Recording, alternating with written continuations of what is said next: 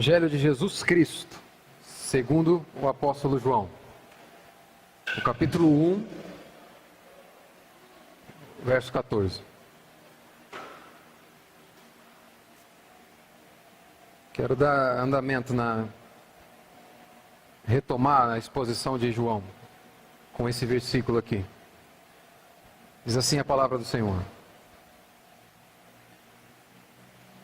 E o Verbo se fez carne e habitou entre nós, cheio de graça e de verdade, e vimos a sua glória, glória como do unigênito do Pai. Só esse verso. Oremos mais um instante. Pai, nós estamos diante da santa, inigualável e poderosa palavra do Senhor. E a minha oração nesse momento é para que o Senhor me permita pregar esse nome que está acima de todo nome. Apesar das minhas limitações, apesar da minha pequenez, o Espírito Santo me conduza para expor esse que é o mais belo e sublime nome na existência, o nome de Jesus. Abra o nosso entendimento para compreender a Tua palavra. À medida em que ela for proclamada, que o Teu Espírito Santo alcance o nosso coração de uma forma definitiva por ela, mudando quem somos, moldando-nos segundo a Sua vontade. Abre, Senhor, o nosso entendimento para as verdades tão profundas contidas nesse texto. Permita-nos entender aquilo que o Senhor tem preparado para essa noite. Em nome de Jesus. Amém. Nós vimos nas exposições anteriores desse capítulo 1 do Evangelho de João, e a gente começou tratando da apresentação do Verbo de Deus, Jesus Cristo. Nós vimos que João apresenta Jesus Cristo, o Verbo de Deus, como sendo eterno. Ele apresenta Jesus como sendo igual ao Pai, coexistindo com o Pai e o Espírito Santo desde a eternidade, desde todo sempre. Nós vimos que Jesus Cristo, esse Verbo vivo, Ele é Deus, Deus Criador. Foi isso que nós cantamos aqui. Aquele que é o autor da existência e aquele que mantém a existência com a força do seu poder. Nós começamos a exposição desse livro falando sobre isso. É isso que João traz. Depois nós partimos para as reações dos homens em relação ao Verbo, em relação a Cristo. Nós vimos que o Verbo foi proclamado, ele foi pregado. O apóstolo João vai dizer: houve um homem, seu nome era João, falando de João Batista, que veio para ser testemunha, e ele foi enviado por Deus. O nosso Senhor, o Verbo vivo, Deus que da criação, foi anunciado entre os homens. E esse é o papel da igreja. Esse é o papel de todo aquele que é resgatado por Ele e transformado de criatura para filho de Deus. Anunciá-lo. E nós vimos também que esse Verbo Criador foi rejeitado pelos homens. E essa é uma evidência de que é impossível crer em Cristo por si só. É impossível crer em Cristo se Ele não nos der essa capacidade. E nós vimos também que Jesus pagou o preço do resgate de todos aqueles que pertenciam ao Pai. Por isso que o verso 13 do capítulo 1 vai dizer que esses que se tornaram filhos de Deus não nasceram da carne, nem da vontade dos homens, mas da vontade de Deus. Jesus resgatou todos aqueles que o Pai decretou salvar. E agora nós entramos, irmãos, é por isso que eu separei apenas esse verso. E mais ainda, na verdade eu quero ficar só com a primeira parte desse verso. Só com a primeira expressão desse verso. Esse verso, ele é pequeno em extensão. O verso 14 do capítulo 1 de João. Ele é pequeno em extensão, mas ele é intenso, ele é profundo em significado, em importância. Existem dois textos da Escritura que eu acho que são os dois picos máximos da revelação da palavra. O primeiro é esse: o Verbo se fez carne e habitou entre nós. E o segundo é Mateus 28, verso 6, que diz: Ele ressuscitou. Todo o resto da Escritura, todo o restante da Escritura aponta para esses dois picos da revelação. O Verbo de Deus, que é Deus, Criador, mantenedor da existência, se encarnou, morreu e ressuscitou. É esse que nós pregamos essa noite. Esse texto aqui trata da encarnação do Verbo. Depois de João afirmar a divindade de Cristo, a perfeita divindade de Cristo, ele vai afirmar a perfeita humanidade de Cristo. Ele vai dizer que Cristo é perfeitamente Deus e perfeitamente homem. Ele tem uma natureza perfeita divina e uma natureza perfeita humana. Esse é o Cristo da Escritura, esse é o Filho de Deus. É assim que ele vai ser apresentado aqui. O Verbo que criou o mundo, a razão que controla, que mantém a existência funcionando, se fez carne para habitar no meio de pecadores. Esse é o sentido de toda a Escritura. Não pregar isso, irmão, é negar todo e qualquer conteúdo bíblico, pois esse é o alvo da Escritura, esse é o centro da Escritura. Primeira coisa que eu quero olhar contigo aqui, esse verso ele é profundo. Ele vai dizer assim, primeiro ele vai dizer que Cristo assumiu a forma humana, o Verbo se fez carne e habitou entre nós. Depois ele vai dizer que Cristo providenciou definitivamente a salvação dos homens, dizendo, ele habitou entre nós cheio de graça e de verdade. E esse verbo vai dizer que Cristo nos revelou a glória de Deus, a glória do Pai, quando ele diz, e vimos a sua glória, glória como do unigênito do Pai. Mas eu quero ficar só na primeira expressão. Ele se fez carne. Tem muita coisa para a gente espremer aqui. O Verbo se fez carne. Essa expressão, se fez, ou se tornou, não é ele se fazer algo deixando de ser o que ele era antes. Não foi isso que aconteceu na encarnação de Jesus. O Verbo, ele se encarna, se torna homem e continua sendo Deus. Permanece sendo Deus. A segunda pessoa da Trindade, ela assume a natureza humana, sem deixar a natureza divina.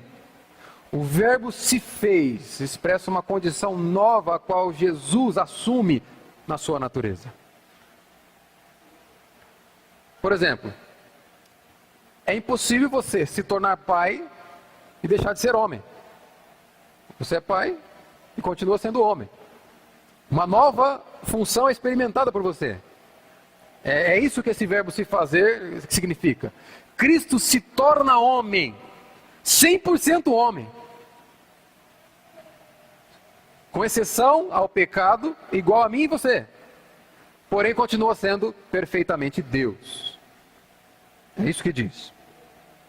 E o tempo em que esse verbo ele é conjugado, irmão, indica uma condição irreversível. A Bíblia nos mostra, através dessa expressão, que a encarnação do Filho de Deus, do Verbo vivo, é irrevogável. Não há retorno no fato dele ter se feito carne. Ele assumiu a forma humana e isso não muda. Sem deixar de ser Deus. Por isso que nesse exato momento, nós temos no céu, intercedendo por nós, alguém que é perfeitamente homem e perfeitamente Deus.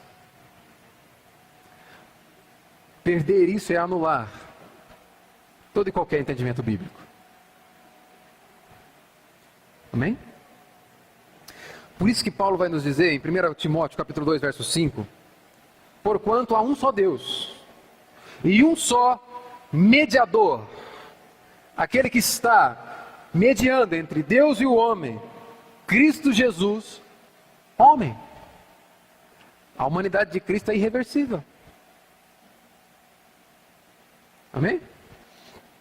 Quando o Verbo se fez carne, as suas duas naturezas, elas se uniram de uma forma inseparável. 100% homem, 100% Deus. E isso não muda. E na verdade é esse o real sentido da humilhação de Cristo.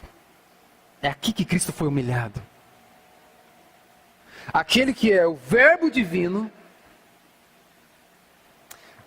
autor da criação, e em nenhum momento, não há nenhum momento da história sequer onde Cristo deixa de ser Deus, porque Hebreus capítulo 13, verso 8 vai dizer que Ele é o mesmo ontem, hoje e será eternamente, Ele não muda, né? Esse que não deixa de ser Deus, não muda na sua natureza, em algum momento da história é também homem. E Cristo se torna homem, irmão, com um objetivo: cumprir a vontade do Pai.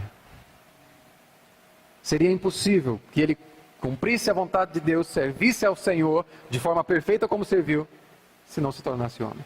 Por isso Ele se faz carne, para cumprir a vontade do Pai. E para expor o significado disso, eu quero tomar emprestado um texto de Paulo, onde ele narra essa humilhação de Cristo de uma forma perfeita, de uma forma bela. Se você já quiser, já deixa a tua Bíblia aberta em Filipenses capítulo 2. Eu vou ler do verso 5 ao 7. Filipenses capítulo 2, do verso 5 ao 7.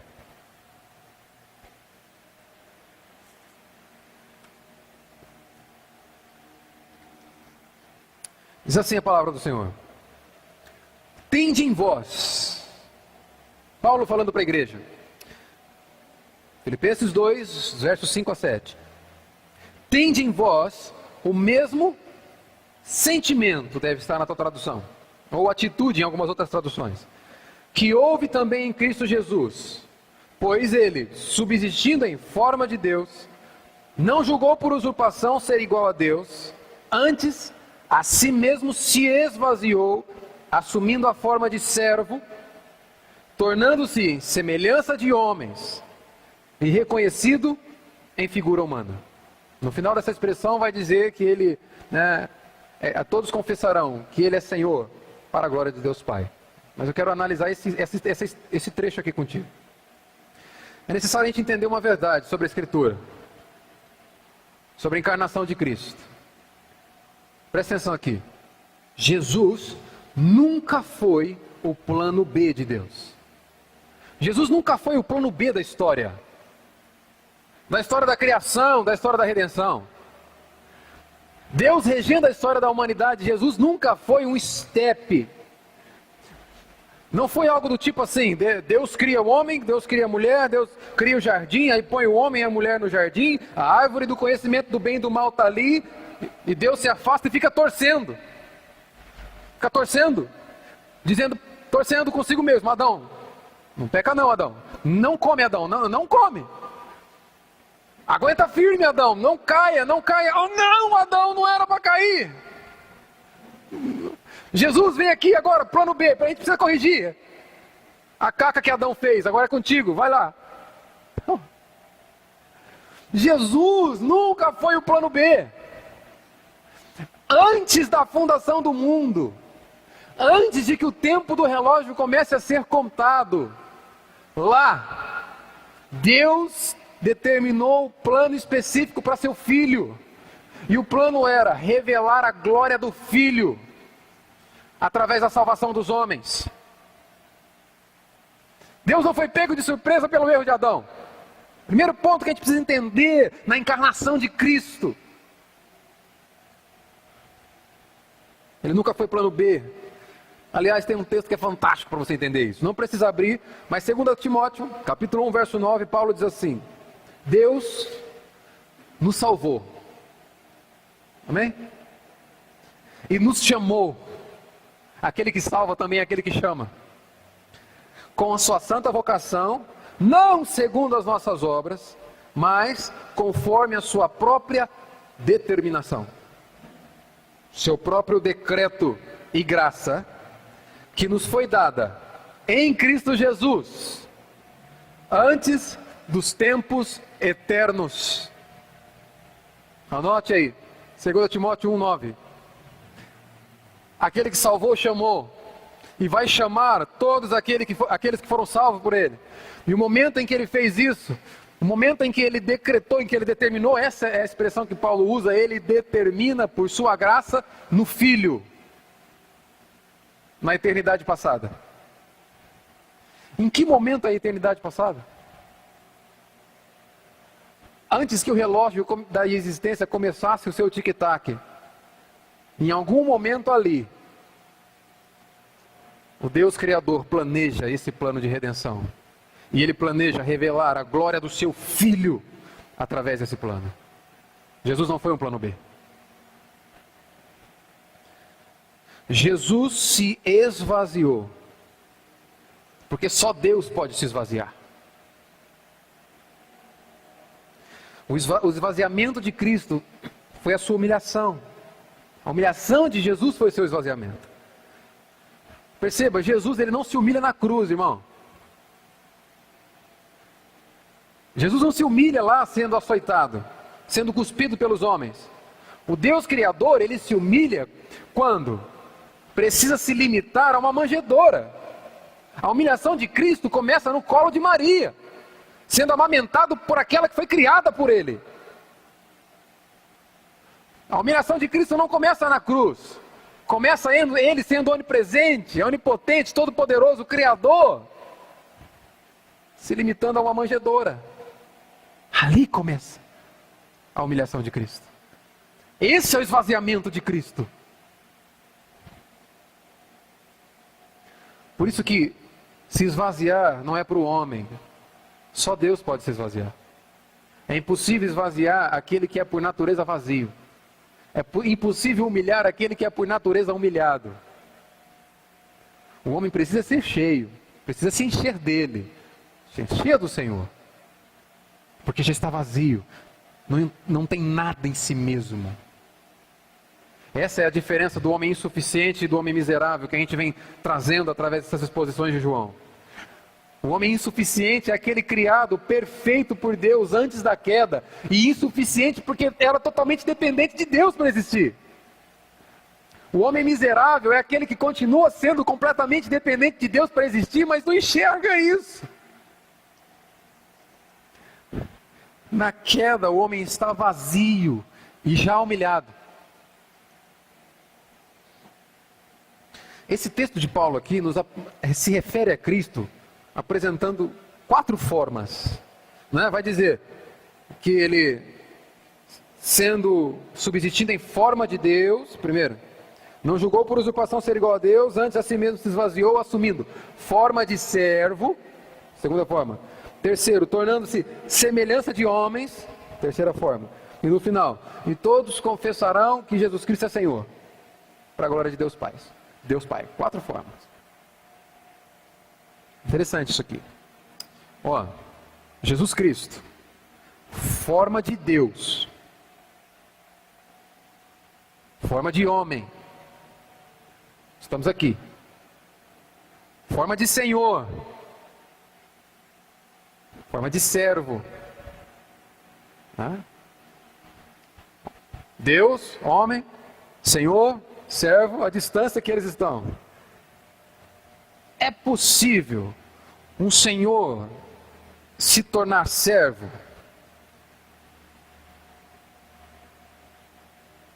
Pode se tornar homem? Foi exatamente o que ele fez. Em Jesus Cristo Deus se torna homem. E por que Deus se torna homem? Porque Cristo se torna homem. Veja, Deus, Senhor, mesmo nível. Servo, homem, mesmo nível. Para que Cristo cumprisse perfeitamente a vontade de Deus, ele deveria servir, servo. E a única forma do Deus servir a si mesmo, de Cristo, Filho de Deus, servir ao propósito do Pai, seria se tornar servo. Por isso ele assume a forma humana, para cumprir o propósito do Pai, para servir ao Pai. Por isso ele é o perfeito servo de Deus. Jesus Cristo. se esvazia do seu ambiente de glória, assume a forma humana para servir ao Pai, para servir o propósito do Pai. Foi a encarnação de Cristo que tornou possível os propósitos de Deus planejados na eternidade se tornarem verdades, reais. Irmãos, se não houvesse a encarnação de Cristo, não haveria possibilidade de salvação para os homens. Porque não há nenhum homem na face da terra capaz de ser fiel a Deus como Cristo foi, de ser servo fiel como Cristo foi.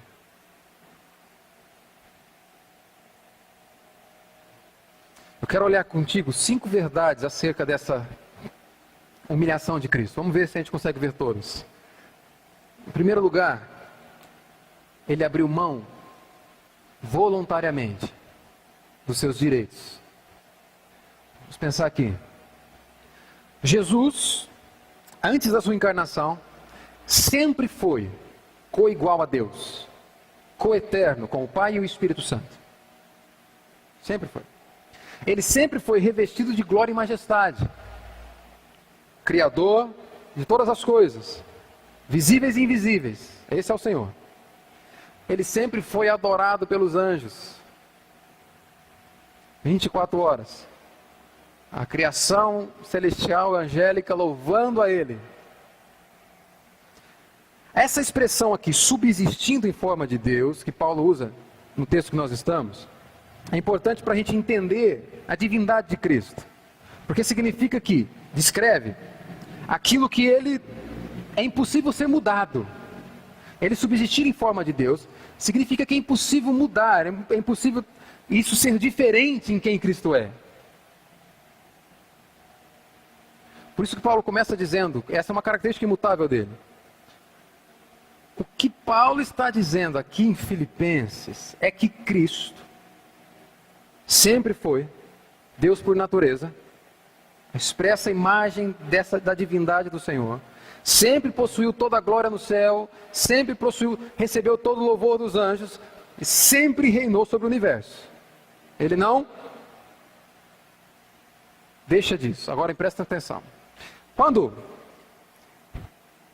Cristo assume a forma de homem, ele abre mão voluntariamente de alguns de seus direitos. Ele faz isso sem pensar em si mesmo. Ele não deixa de ser Deus, mas ele abre mão de todo aquele ambiente de glória, sem pensar em si mesmo. Ele abre mão da sua glória, desceu das alturas. Agora ele usa desse privilégio, irmãos, para que outros sejam abençoados. Seria impossível entendermos essa verdade se não fosse pela encarnação de Cristo. Vamos tentar trazer para nós aqui. Quando Paulo usa essa expressão, tenha o mesmo sentimento que houve em Cristo Jesus. Quem aqui a Bíblia está escrito sentimento? Efésios 6:5, Filipenses 2, no verso 6. Né? Verso 5. Tenha em vós o mesmo sentimento. Em algumas traduções vai estar assim, tenha em vós a mesma atitude. Sabe por que aparece essas diferenças de tradução? Porque a palavra que Paulo usa, grega aqui, não existe em português. Não existe essa expressão na nossa língua. A palavra que ele usa é frônesis, que não existe uma única palavra em português que a traduza. É muito mais do que um sentimento que houve em Cristo Jesus. Ele não apenas desejou, ele fez. Esse ter em vós o mesmo sentimento, ou ter em vós essa frônesis que teve em Cristo, é dizer o seguinte, olha, sinta, deseje e faça. Como Cristo fez. Se esvaziando, abrindo mão de direitos próprios, para que outros fossem abençoados.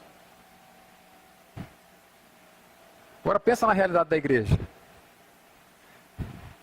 Paulo está escrevendo esse texto aqui numa mensagem em que ele quer exortar a igreja para que viva em unidade. E ele está dizendo o seguinte, olha, para que vocês vivam o Evangelho, para que vocês vivam a vida em comunhão, em comunidade, para que vocês sejam unidos, é necessário o mesmo sentimento que houve em Cristo Jesus. Ou seja, é necessário abrir mão de si mesmo para que outros sejam abençoados. E somente a encarnação de Cristo nos possibilita entender isso, irmão. Nos entender que viver o Evangelho é viver além do próprio umbigo, é viver além da própria necessidade. É olhar para a necessidade do outro. Foi isso que Cristo fez na sua encarnação. Olhou a sua necessidade. Olhou a condição desesperadora que você estava. Completamente necessitado de um Salvador. Impossível de se salvar sozinho. Foi isso que ele fez. Essa é a frônese de Cristo, esse é o sentimento e a atitude de Cristo. Por isso Paulo vai dizer, olha, se vocês querem viver em unidade, vocês querem viver como igreja, querem ver que o Evangelho fique nítido através da vida de vocês, como igreja, tenham esse sentimento, tenham esse desejo de abrir mão daquilo que você tem de direito, para que outros possam ser abençoados. A realidade da igreja contemporânea. Abrir mão de algo para receber algo em troca é muito fácil. Ou abrir mão de algo quando isso não exige sacrifício, fácil. Não é isso que eu vejo em Cristo. Essa frônese de Cristo, esse sentimento de Cristo é algo que deveria estar presente na história da igreja. Deveria ser real no nosso meio. É só a encarnação de Cristo que nos aponta para essa verdade. Abre mão dos seus direitos. Não pensando em si mesmos, mas pensando naqueles que seriam resgatados pela sua renúncia. Você consegue pensar nisso? Já aplicando para nós aqui. Um exemplo da encarnação de Cristo. O que aprendemos com a encarnação de Cristo? Você é capaz de pensar em perder algo para que essa pessoa que está do seu lado tenha? Você é capaz de pensar em perder algo, em abrir mão de algo, para que esse corpo aqui cresça? Para que esse corpo aqui seja abençoado? Ou para que essa bênção vá além de você? É isso que eu aprendo com o sentimento de Cristo. Em segundo lugar, ele se esvaziou. O Filho de Deus desce do céu. Ele deixa o céu, deixa a glória, deixa o seu trono, se faz carne, se faz homem, se encarna. Aquele que antes de se fazer carne, era sempre Deus, desde sempre Deus, é a mesma pessoa que se esvazia. Esse verbo aqui, se esvaziar, que Paulo usa, é literalmente você tombar o recipiente até que não haja nada. Se esvaziou. Tirou. Deixa eu te perguntar uma coisa, Cristo se esvaziou do quê? Nós já vimos, e certamente não foi da sua divindade. Ele não deixa de ser Deus.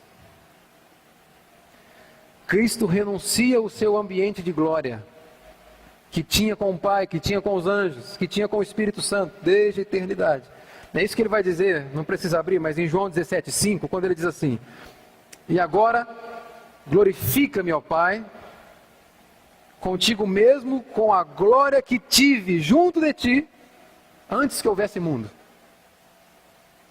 É desse ambiente de glória que Cristo se esvazia, que Cristo abre mão, que renuncia. Irmão, a gente precisa entender isso para entender o que é humilhação. Percebe? Aquele que era onipresente, onipotente, aquele que por ser imenso, e a qual nada contém a sua dimensão, toda a existência está contida nele, esse que está em todo lugar ao mesmo tempo, agora assume uma natureza humana cheia de limitações. Aquele que por natureza é onipresente, está em todos os lugares ao mesmo tempo, agora tem uma natureza que se limita ao tamanho do braço humano, tamanho da perna humana. Aquele que se limita ao cansaço, à dor.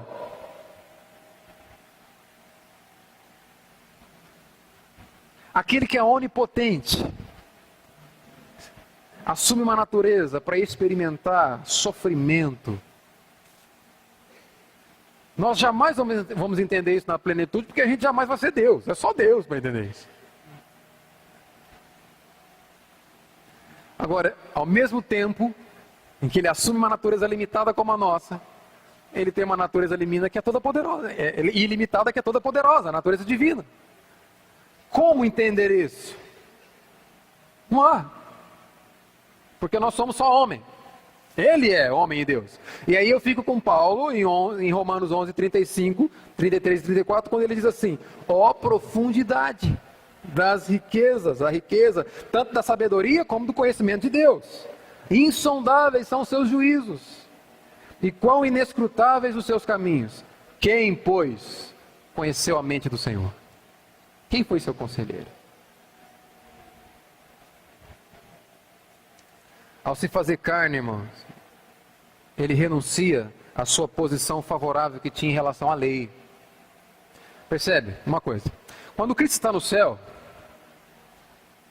ele não está sujeito à lei que ele criou. Nenhum peso de culpa estava sobre ele. Porque a lei foi criada por Deus para os homens. Quando Cristo se encarna, o peso de culpa vem sobre ele. Porque agora ele precisa se sujeitar à lei dele, que ele mesmo criou, que ele mesmo estabeleceu. É isso que ele faz quando ele se torna carne. Agora, ao se encarnar, ele, que não conheceu o pecado, se fez pecado por nós. Ele que era bendito eternamente, louvado pelos anjos, se fez maldição na cruz, em nosso favor. Por isso que Colossenses, não precisa abrir, capítulo 2, verso 13 e 14. Paulo vai dar uma declaração fantástica acerca desse gesto de Jesus. E ele diz assim: e a vós outros, que estáveis mortos. Essa é a condição que você e eu estávamos quando ele nos encontrou. E a vós outros que estavam mortos pelas vossas transgressões e pela incircuncisão da vossa carne, vocês que não eram povo de Deus, vocês que não eram inseridos nessa aliança que ele tinha com a circuncisão, com o povo de Israel, vos deu vida, juntamente com ele, perdoando todos os nossos pecados, e no verso 14, tendo cancelado o escrito de dívida que era contra nós, que constava de ordenança, o qual nos era prejudicial. Final do verso 14 ele diz assim: removeu esse escrito de dívida, esse registro de dívida, ele removeu inteiramente, por completo, encravando na cruz. Uma ilustração para você entender. No momento da crucificação, irmão, nas mãos de Jesus havia algo que aquele soldado que pregou aqueles escravos não conseguia enxergar. Nas mãos de Cristo, naquele momento, havia algo que ninguém naquele lugar podia ver. Cristo carrega em suas mãos, para ser cravado com ela, com a carne dela, naquele madeiro, o meu e o seu pecado. Era isso que estava naquelas mãos. E o instante em que as suas mãos são cravadas, são rasgadas por aqueles cravos, a lista dos meus e dos seus pecados são rasgados juntamente com sua carne. É isso que a encarnação de Cristo nos mostra. Ele retira do nosso meio todo esse escrito de dívida, a qual poderia ser cobrado de mim e de você, e encrava na sua cruz. Isso seria motivo suficiente para que o louvor não cessasse dos nossos lábios, para que a gratidão não cessasse do nosso coração. A encarnação de Jesus Cristo nos permitiu o crédito de sua justiça e a quitação da nossa dívida. É isso que ele leva na cruz. Presta atenção. A encarnação de Cristo permite que tenhamos acesso aos seus méritos, aos seus créditos, e que nossa dívida seja quitada. Eu disse que ele se sujeitou à lei. Cumpriu completamente a lei, todos os seus anos na terra, ele cumpriu a lei, não falhou em nenhuma vírgula da lei. Ele chega diante da lei, completamente, diante da cruz, completamente santo, completamente justo, cheio de méritos, merecedor de louvor, porque ele chega lá sem falhar. O que Cristo faz na cruz é uma troca. Ele troca a sua justiça pelo meu e o seu pecado. É naquela cruz, e é só a encarnação que nos faz entender isso, é naquela cruz em que ele carrega sobre si mesmo, ele coloca em sua conta o seu pecado, e coloca nas nossas contas a sua justiça, a sua obediência. Ele foi obediente, nós os desobedientes. Na cruz ele muda o status do nosso relacionamento com Deus.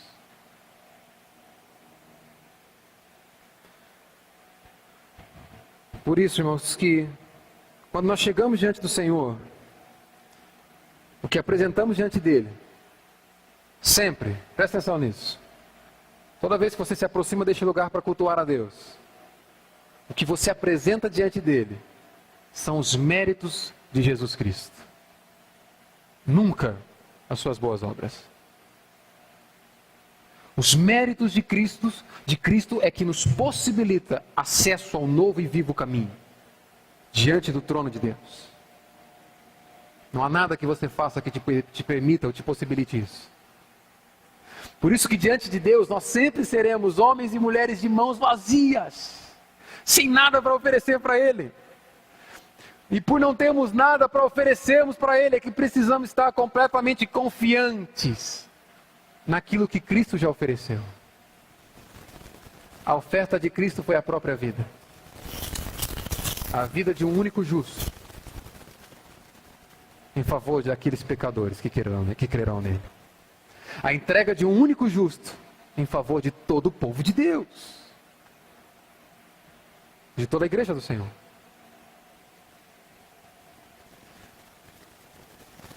A sua encarnação, a encarnação de Cristo, permite que tenhamos acesso aos méritos que Ele conquista na cruz.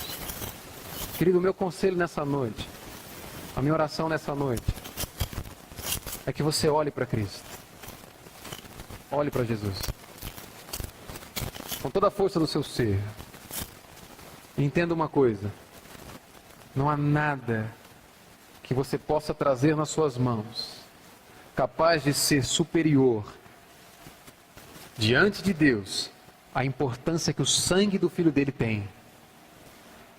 O meu conselho nessa noite é que você olhe para Cristo, confie que os méritos de Cristo estão disponíveis para que você possa apresentar diante de Deus. Confie que Ele te substituiu. Esse é o único conforto e sublime conforto que nós temos.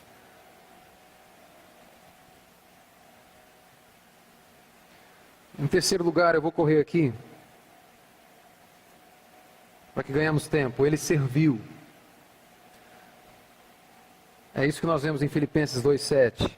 O eterno Filho de Deus não nasceu em um palácio, ele não nasceu num berço de ouro, ele não entrou no mundo por intermédio de uma família rica. Pelo contrário, ele nasceu num berço pobre, numa família pobre, numa cidade pobre. Numa manjedoura.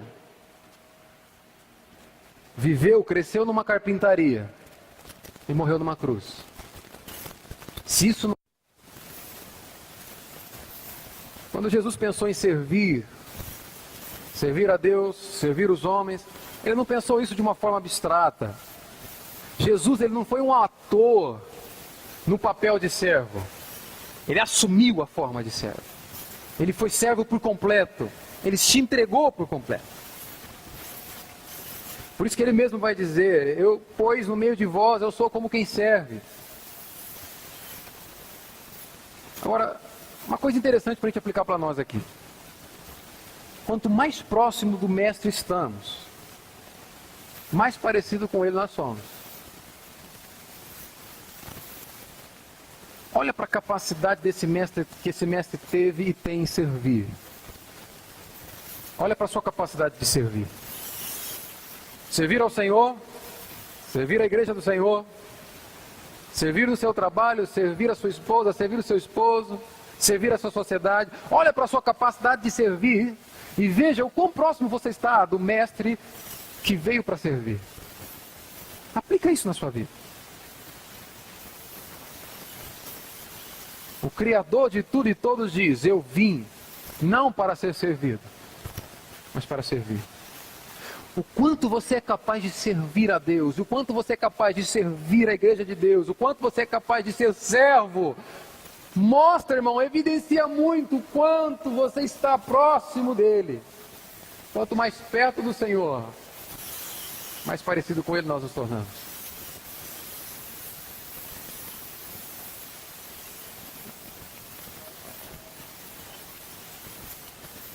Caminhando para o fim aqui, esse texto de Paulo vai nos mostrar que ele se sacrificou. Como eu disse anteriormente, é fácil as pessoas se doarem ou as pessoas servirem quando isso não lhe custa nada. Ou quando isso não lhe faz perder algo. É fácil.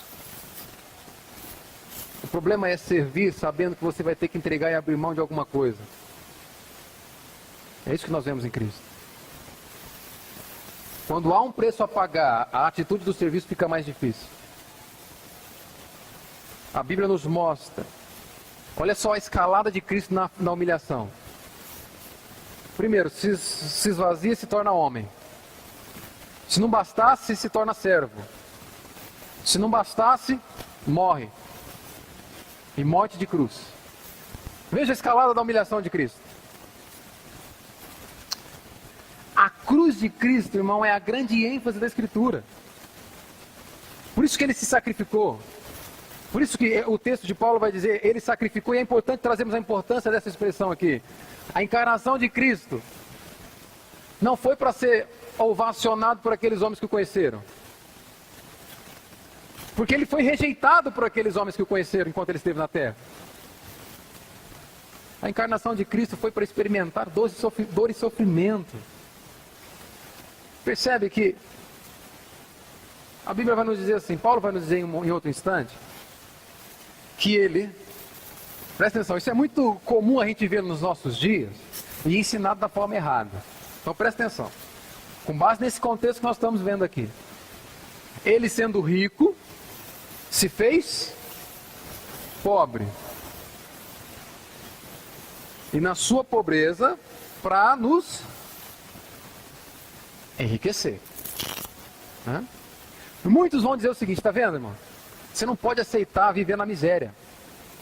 Está vendo a igreja do Senhor? Ele, sendo rico, se esvaziou para te enriquecer. Ele se fez pobre para te enriquecer. Então você não pode aceitar viver com esse salário mínimo, não.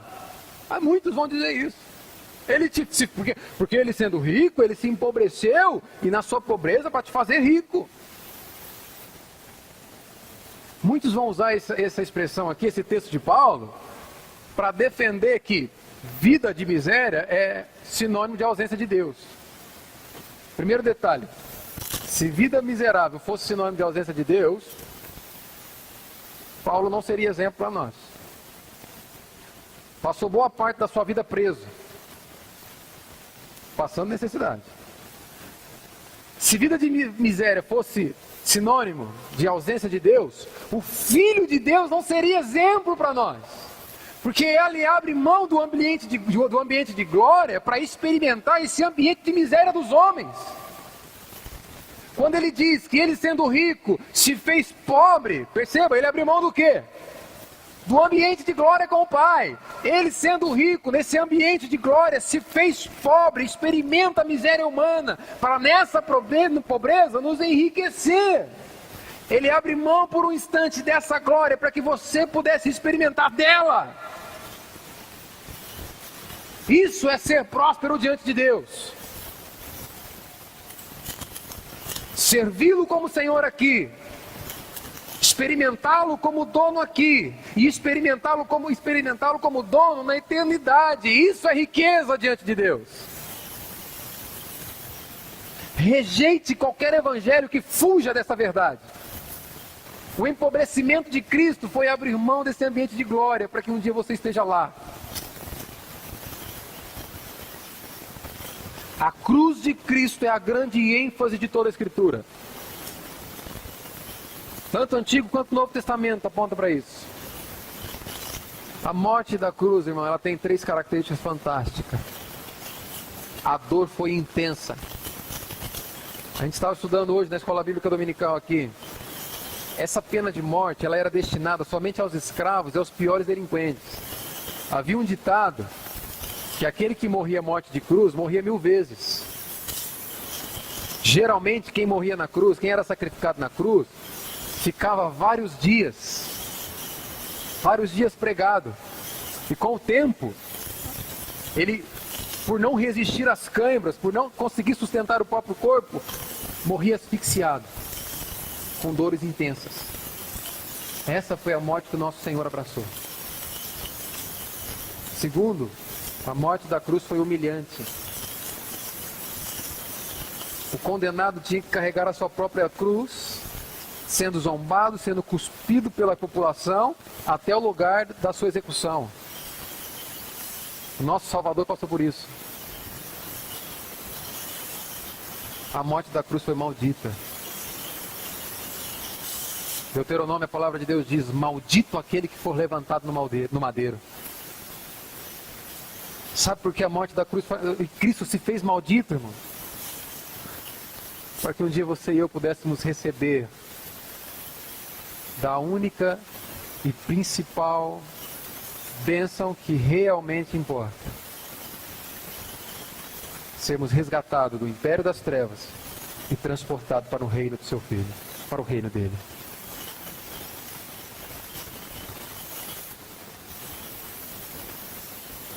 Em Hebreus capítulo 12, verso 2, o autor vai dizer assim: olhando firmemente para o autor e consumador da fé, Jesus, que pela alegria que lhe estava proposta, suportou a cruz.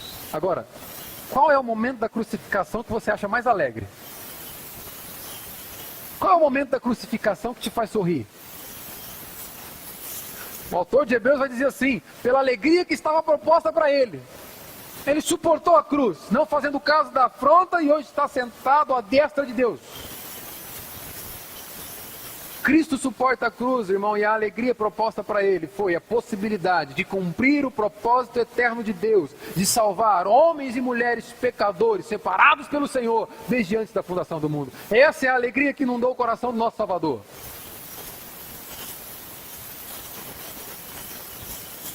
Por isso ele se fez carne. Eu caminho para o fim. O nosso Senhor nasceu. Mas isso é belo, isso é fantástico. Mas outros homens também nasceram. Outros senhores também nasceram. O nosso Senhor morreu. E isso é fantástico ouvir. Mas todos os homens morrem. Mas existe uma verdade que faz de Jesus ser o Rei dos Reis, o Senhor dos Senhores e o nosso único Senhor e Salvador. Ele nasceu, ele morreu, mas ele ressuscitou. E esse é o motivo de estarmos aqui essa noite. O Verbo se fez carne. E isso muda a realidade dos homens, isso muda a sua realidade, isso muda a minha realidade. Olhemos para Cristo essa noite, irmãos. Olhemos para Ele e confiemos, estejamos convictos que, ainda que estejamos de mãos vazias diante dEle, diante de Deus, nós podemos confiar que a sua obra é suficiente para nos tornar dignos de sermos aceitos pelo Senhor. Feche seus olhos. Pai, eu quero te exaltar pela preciosidade da sua palavra. Ajuda-nos a entender o significado da sua encarnação. Ajude-nos a entender o que significa o Verbo ter sido feito carne, habitado entre os homens, aquele que é o Senhor Todo-Poderoso, Criador da existência, se limitando a conviver com pecadores, para que o resgate desses pecadores fosse possível. Ajuda-nos a entender isso. Pai, eu oro para que nós tenhamos o discernimento da Tua vontade e que a Sua palavra gere fruto nos nossos corações. Faça-nos entender, leva-nos a sermos tocados de uma forma real e imutável. Ajuda-nos a entender que assim como o Verbo vivo de Deus, aquele que é Deus, se fez homem, e isso é imutável, isso é impossível de se desfazer. Ajude-nos a entender que uma vez que fomos feitos filhos de Deus, essa também é uma natureza impossível de se desfazer. E hoje nós pertencemos ao Senhor, que é o nosso dono. Leva-nos a entender essa verdade. Em nome de Jesus. Pai, abençoe os seus filhos. Que cada um deles sejam tocados pela sua verdade e transformados pelo seu querer. Nós te bendizemos, nós te louvamos. E nessa noite, onde nós fazemos menção do seu sacrifício, a sua palavra também nos recorda que o Senhor vive, que o Senhor ressuscitou e nesse exato momento ministra ao nosso coração. O Senhor vive e reina sobre toda a terra. O Senhor vive e reina sobre todos os homens. Leva-nos a nos exaltarmos, a celebrarmos ao Senhor por isso. Nós te bendizemos agradecidos, em nome de Jesus. Em nome de Jesus.